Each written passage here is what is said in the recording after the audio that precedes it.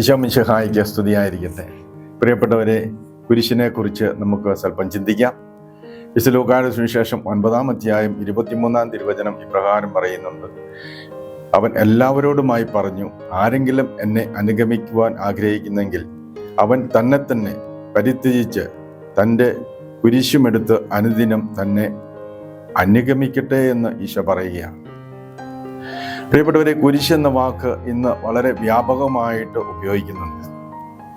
സാഹിത്യകാരന്മാർ തങ്ങളുടെ ആശയ ആവിഷ്കാരത്തിനായിട്ട് കണ്ടെത്തിയിട്ടുള്ള സമൃദ്ധവും വിശാലവുമായിട്ടുള്ള മേച്ചിൽപ്പുറമാണ് യേശുക്രിസ്തുവും കുരിശും എന്ന് പറയുക.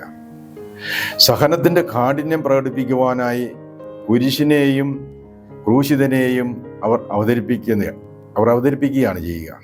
പ്രിയപ്പെട്ടവരെ, ജീവിതത്തിലെ ദുഃഖവും വേദനയും പ്രകടിപ്പിക്കുവാൻ കുരിശോളം വലിയ മറ്റൊരു പ്രതീകവും പര്യാപ്തമായിട്ടില്ല എന്നതാണ് സത്യമായിട്ടുള്ള കാര്യം. നമ്മുടെ രാഷ്ട്രപിതാവായ മഹാത്മാഗാന്ധി ഒരിക്കൽ മാർപ്പാപ്പയെ സന്ദർശിക്കുന്നതിനായിട്ട് വത്തിക്കാനിലേക്ക് പോയി. അദ്ദേഹം വത്തിക്കാനിൽ മാർപ്പാപ്പയുമായിട്ട് സംഭാഷണമൊക്കെ നടത്തി. അതിനുശേഷം അദ്ദേഹം വത്തിക്കാനിലെ പല ദേവാലയങ്ങൾ സന്ദർശിച്ചു. എന്നാൽ ഒരു വലിയ ദേവാലയം സന്ദർശിച്ചപ്പോൾ ആ ദേവാലയത്തിലെ ഒരു വലിയ ക്രൂശിത രൂപം അദ്ദേഹത്തെ വളരെയധികം സ്വാധീനിച്ചു. അദ്ദേഹം ആ ക്രൂശിത രൂപത്തിന് മുമ്പിൽ പ്രാർത്ഥനാനിരതനായി ധ്യാന നിമഗ്നായി കുറേ നേരം നിന്നു എന്നാണ് അദ്ദേഹം പറയുക. അദ്ദേഹം ഇപ്രകാരം പറഞ്ഞു വെച്ചിട്ടുണ്ട്. അദ്ദേഹം വത്തിക്കാനിൽ തിരിച്ച് ഇന്ത്യയിലേക്ക് കടന്നു വന്നു.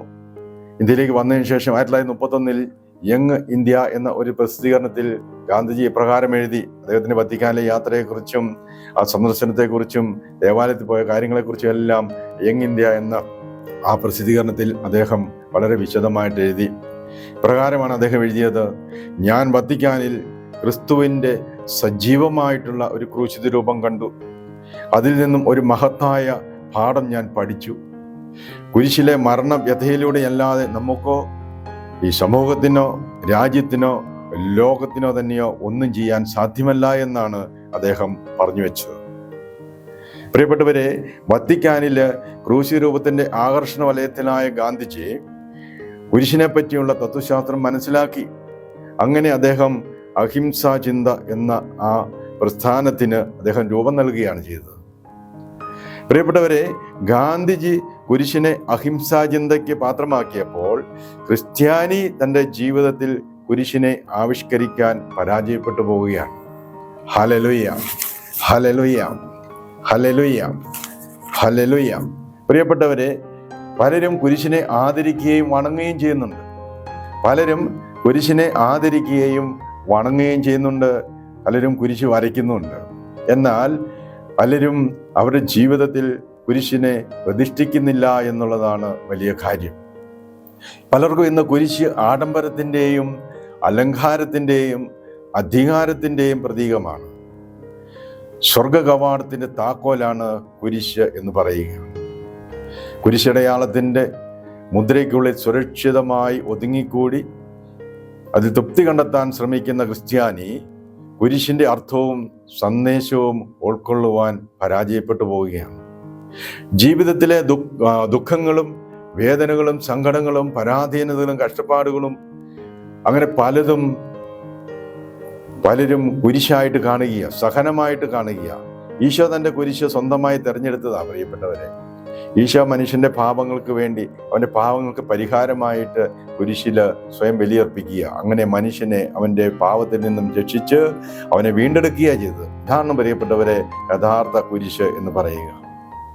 പലർക്കും കുരിശിലെ സ്നേഹത്തെ ഉൾക്കൊള്ളാൻ സാധിക്കുന്നില്ല. പലർക്കും കുരിശിലെ സ്നേഹത്തെ ഉൾക്കൊള്ളുവാൻ സാധിക്കുന്നില്ല. അവർക്ക് കുരിശ് വേണം, എന്നാൽ ഈശോയെ വേണ്ട. നല്ലൊരു പങ്ക് ക്രിസ്ത്യാനികൾക്കും ഈശോയെ വേണം, എന്നാൽ നല്ലൊരു പങ്കും വിശ്വാസികൾക്ക് ഈശോയെ വേണ്ട എന്നുള്ള രീതിയാണ്. പലരും കുരിശിനെയും കുരിശിലെ വേദനയെയും ഇഷ്ടപ്പെടുന്നില്ല എന്നുള്ളതാണ് പരമപ്രധാനമായിട്ടുള്ള കാര്യം. ത്യാഗത്തിന്റെ അടയാളമായ ഈശോയുടെ പരിപരുത്ത കുരിശ് ഇന്ന് പ്രിയപ്പെട്ടവരെ പൊൻകുരിശും വെള്ളിക്കുരിശുമൊക്കെ ആയിട്ട് മാറി. കുരിശ് യഥാർത്ഥത്തിൽ വേദനയുടെ പ്രതീകമാണ്. ആദിമ നൂറ്റാണ്ടിൽ ജീവിച്ചിരുന്ന രാജാവാണ് ക്ലോവിസ് രാജാവ്. ഈ ക്ലോവിസ് രാജാവ് ഈശോയെ പറ്റി കേട്ടു.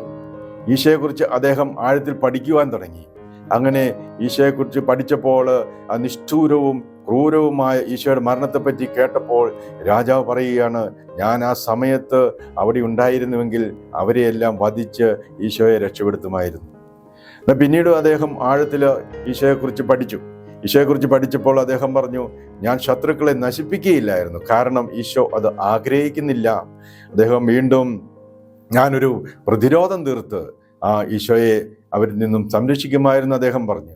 വീണ്ടും അദ്ദേഹം പറയുകയാണ്, പഠിച്ചു, വീണ്ടും ആഴത്തിൽ കുറേയധികം പഠിച്ചിട്ട് അദ്ദേഹം പറയുകയാണ്, ഞാൻ ഈശോയുടെ സമീപം ഉണ്ടായിരുന്നുവെങ്കിൽ ഞാൻ ഈശോയോടൊപ്പം കുരിശിൽ മരണം വരിക്കുമായിരുന്നു അദ്ദേഹം പറയുകയാണ്. ഇതാണ് പ്രിയപ്പെട്ട ഒരു വിശ്വാസം എന്ന് പറയുക. ഇതാണ് ആത്മസമർപ്പണം എന്ന് പറയുന്നത്. കുരിശിന് മുമ്പിൽ നിൽക്കുന്ന ക്രിസ്ത്യാനി തന്നെ കുരിശിൽ തറയ്ക്കും. ക്രൂശിതനായ ഈശോയ്ക്ക് ക്രൂശിതനായ അനുയായി ഉണ്ടാവും. Hallelujah, hallelujah. അതിനാ പ്രിയപ്പെട്ടവരെ, കുരിശിനെ ധ്യാനിക്കുകയും പ്രസംഗ വിഷയമാക്കുകയും ചെയ്യുന്ന നമ്മൾ യഥാർത്ഥ ക്രിസ്ത്യാനി ആയിത്തീരുകയില്ല എന്ന സത്യം മനസ്സിലാക്കി കുരിശിനെ വഹിച്ചും വരിച്ചും കൊണ്ട് ജീവിത ദർശനവും അനുഭവവും ശൈലിയാക്കി കുരിശിൻ്റെ അനുഭവത്തിൽ വളരുവാൻ പരിശ്രമിക്കുക. അതിനായിട്ട് നമുക്ക് കുരിശിനെ വഹിച്ചുകൊണ്ടും കുരിശിനെ വരിച്ചുകൊണ്ടും ജീവദർശനവും അനുഭവവും ശൈലിയാക്കി നമുക്ക് കുരിശിനോടൊപ്പം ആയിരിക്കുവാൻ നമുക്ക് പരിശ്രമിക്കാം. ഈശോ എല്ലാവരെയും സമൃദ്ധമായിട്ട് അനുഗ്രഹിക്കട്ടെ.